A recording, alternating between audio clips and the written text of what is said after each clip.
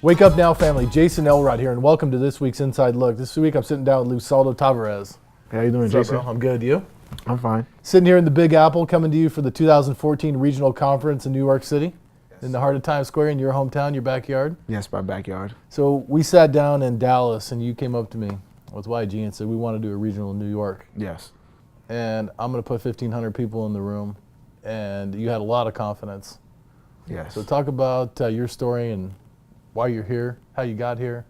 Okay, well, yeah, I got here because of Jamal McGlure. I had called him up, and I know he had joined Wake Up Now, and I was having some unfortunate situations happening to me, and he showed me the presentation, and I fell in love with it, and I signed up, and 6 months later, look at me now, getting interviewed by the president of Wake Up Now. So it's been great.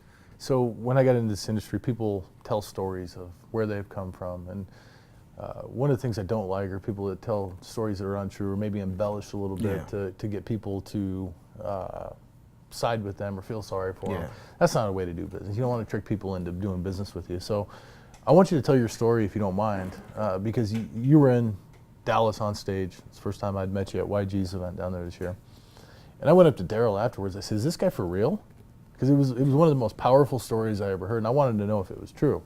And I didn't know you at the time, and it was 100% true. Yeah. But it was just real, and people like that about you, that you just tell it how it is. And so tell your story. Well, you know, I was successful in life before network marketing. I had a great six-figure job for 15 years. I was a subcontractor here in New York for Con Edison. And, you know, I had 3 houses, 3 cars. You know, I had the American dream, basically, the wife and the kids. And March 18th, 2013, I walked into my job on a Friday, I remember, and my boss at the time said, look, we lost the contract. And I said, okay, you know, it's fine. You know, I've saved up over $200,000, you know, so I said, let me work my way into some business deals. I invested all my money, and 3 months later, I lost all my money. So I ended up losing my job, losing over $200,000. You know, then a month later, ended up losing my wife and, you know, living with my mother. And it was really a reality check. So like I said, when I signed up, I only had $143. I had lost it all. You know, the easiest thing in life is to start from the bottom and go to the top. Hardest thing in life is to go from the top to the bottom, reinvent yourself, and try to get back to the top. And that's what I was faced with. And that's why when I do presentations on the top of people's trunks at 3 o'clock in the morning when it's freezing cold, it's because my hunger, because I don't want to go back to where I was at in 2013, you know? And that's what drives me, is just my hunger and my kids and not wanting to fail and not wanting to fail them. Yeah, well, that's a test of a true entrepreneur. So coming from the real estate industry, I've seen a lot of people, because, you know, markets aren't always good. You know, things fluctuate, go up and down. And a lot of people I've met and done business with, they've been to the top and to the bottom and back to the top. But the test of a true entrepreneur is, can you pick yourself up and move forward and do it again and again and again? And you don't do it by sitting on your butt. No, I mean, I'm constantly out there working.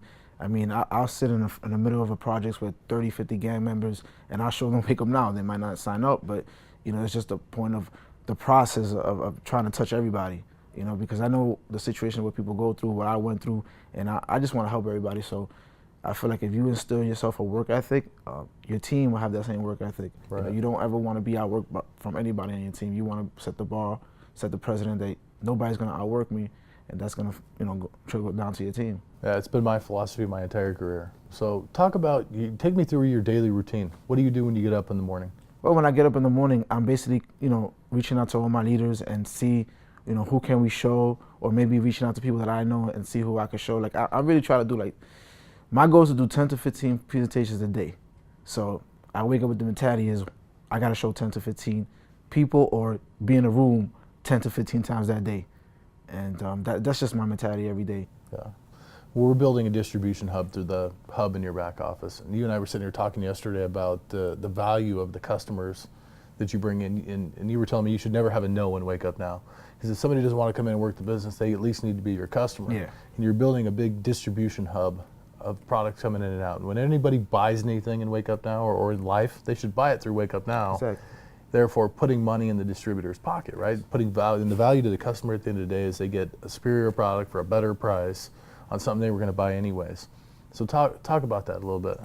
The number one goal that I have now in mind. You know, when I first started, it was just, you know, trying to, like, you know, make money and stuff. But I feel like the product, we have such a great product that I feel like I have to push it more, you know, because at the end of the day, that's what's going to keep people around.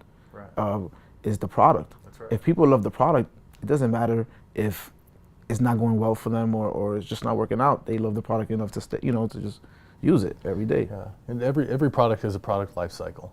And that's the nice part about our hub is something comes in, we can develop new product, bring new products in, sell products that are already popular in the market. Headphones. Yes. You know, we have the deal on Beats headphones in the marketplace right now on the deal stream. Some of our own products, things like that.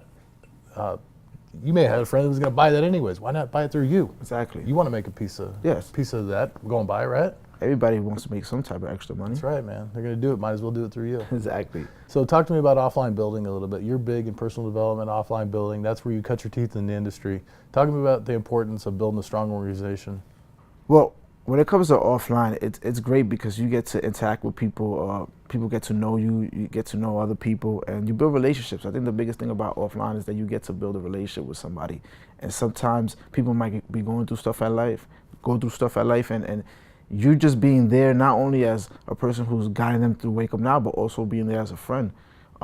I think that's what I love about offline, and I think the biggest success that you can have offline is just be honest. You know, you talked about that. Just be honest. A lot of people say lies. Don't lie to nobody. Whether a person wants to join or not, just be honest. And at the end of the day, that's how I've been able to build my brand, is just being honest and being personable. Have people like you. Well, if you don't, it won't last long. I can tell you that. Exactly, it won't last long. Well, hey, man, I appreciate it. I appreciate meeting with your team. They truly love you guys. They love your leadership. And that's the nice part. You can tell when people are genuine. Yeah. And they would genuinely do anything for you guys. And to me, you know, that means a lot. It's a huge compliment to what you've been doing because you invest time into your team and resources, right? Exactly. So, good. Be humbled. Work hard. Be strong. You can learn a lot.